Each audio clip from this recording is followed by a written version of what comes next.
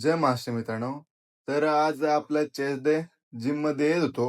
तर जिन्यामध्ये भेटले आमच्या जिममधील बिल्डर. तर मग त्यांना पण घेतलं व्हिडिओमध्ये.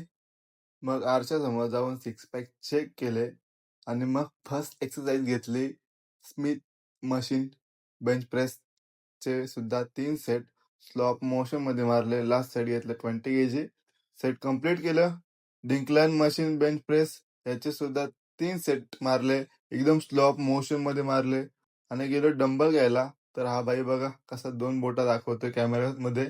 सेट प्रेशर घेऊन मारलं आणि मग त्यानंतर without T shirt 25 KG dumbbell घेऊन एकदम स्लो मोशनमध्ये मारलं. सेट कंप्लीट केलं. मग गेलो आरशासमोर.